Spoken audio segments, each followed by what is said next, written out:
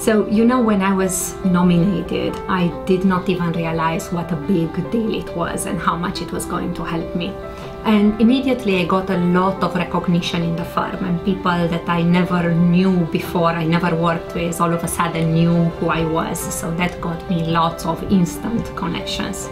Immediately, it was a way to introduce myself to people and go up and say I'm the rising star and almost give your elevator pitch. It was a great way to start the conversation. So I had access to a lot of people that I would have been more hesitant to start a conversation with otherwise. I think the Rising Star Award gave me the confidence to think more broadly about my career and make bigger moves sooner. I think up until that point in my career in 2009, I was kind of just taking the next role that was given to me. So it kind of gave me that confidence to think more large scale and longer term about my career. What I found, I guess, in these, in the first Women's Bond Club meeting that I went to, which was the year that I became a Rising Star, was a room full of really powerful, high-achieving women, which is in itself a rarity. And it's a bit of a, you know, it's a rah-rah moment, right? Because you see a lot of people who are all very accomplished, and oftentimes who kind of feel the same sense of, you know, I wonder whether there are other people like me who are facing similar types of issues.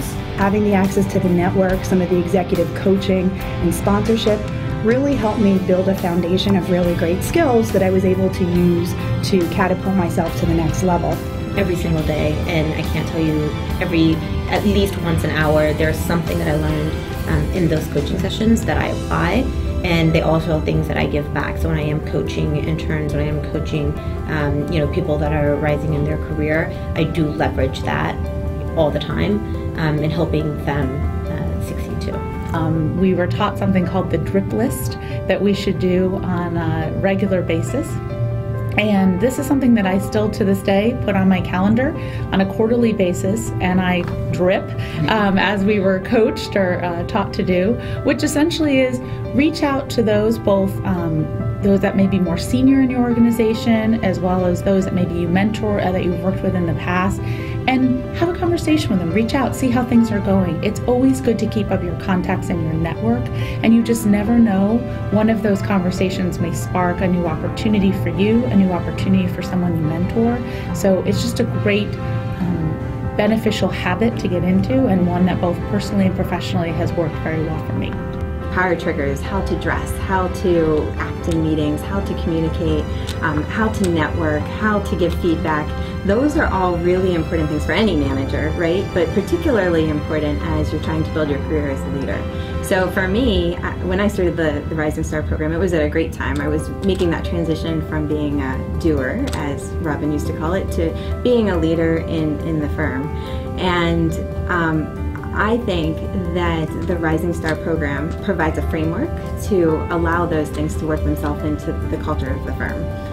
That's been a great angle to have that support network that can help me with my job as I'm looking to build a product and strategy, for which now I have all of these women that I can speak to and get their candid feedback on. Going back to perfection, especially with the work-life balance, you always kind of have that guilty feeling like, you know, if I move to the next level, does it mean more hours? Does it mean less hours with the family? So it's always that juggle between both lives. So that's also something that will affect you.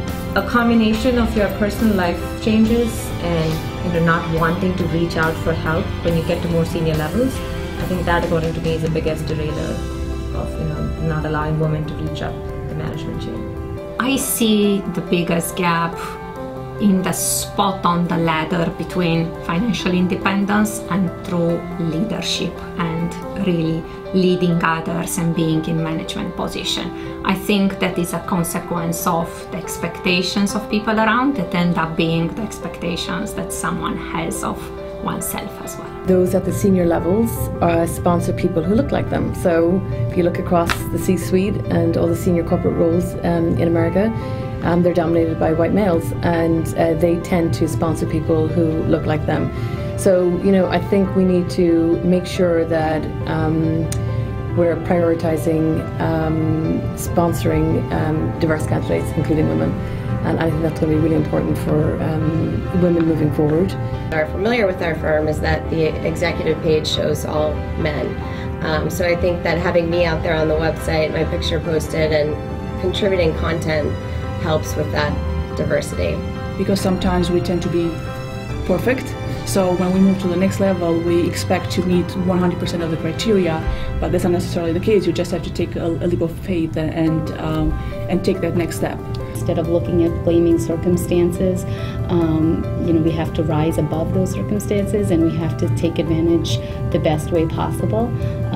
You just don't take no for an answer, and if one door closes, you look for the next opportunity, and you never give up. Because I think that, your worst enemy is procrastination and thinking you can't do it. So I think that if you're bold enough and you're confident enough, you will find opportunities, and you've got to keep looking at sharpening your skill sets. That if there's a role that ever comes along that you think you can't do it, that's the reason why you should accept that role. To prove to yourself that you can. Talk about your success. I think a lot of times we sit back, we work really hard, but we don't advocate for ourselves, and I think that that's where you really need to have a little bit of all those different pieces to go ahead and put yourself forward. Communicate your story. I think sometimes we're a bit reserved with regard to the stories that we have and the roadmap that we're following, and more people need to know what you've done, what you've accomplished, and we need to get more comfortable telling people what we've done. Definitely give back to the club. It's a phenomenal reward. The executive coaching is bar none. Robin runs a fantastic program. So I would say definitely give back, give your full attention and energy to that program, and also give back to the club. So get involved, participate in events, join committees, because it really is something that is well worth the time and the effort to do so. And there's so much social media and technology available to help you today, and really embrace that lead, learn, return. And one of the things that I'm doing now is giving back to others, just like people have given to me, and seeking out folks to help them get their career aspirations and hopefully progress in the way that they think. So good luck to all of you, and I really encourage you to embrace the program. Make sure that your network consists of people at all levels, people of all kinds, people of all age groups, and people from different backgrounds, because you may never know when who can help you where. Because if we all believe in the same thesis, which is Wall Street would be better off if there were more women here, and there's no reason not to do it together. Okay, hi, I'm Priya Rajani, and I work with Citibank in the private bank business. I'm Liliana Robo. I'm a partner with Deloitte Consulting. I'm Breen Amin, Bank of America Merrill Lynch. Adele Kashera, Kurtosis. Michelle Travis, and I work for Credit Suisse. My name is Mirala Jabay. I'm with BNY Mellon. My name is Shari Yezer, and I work for IBM. Jency Skaraya, Broadridge Financial Solutions. Deirdre O'Connor, and I work at a large multi-strategy hedge fund. My name is Dana D'Amelio, and I'm with EY. My name is Melanie Childress-Carucci. I work for Thomson Reuters. I'm Anu Wangdown, and I'm at JP Morgan. It's Karen Trapani with Goldman Sachs.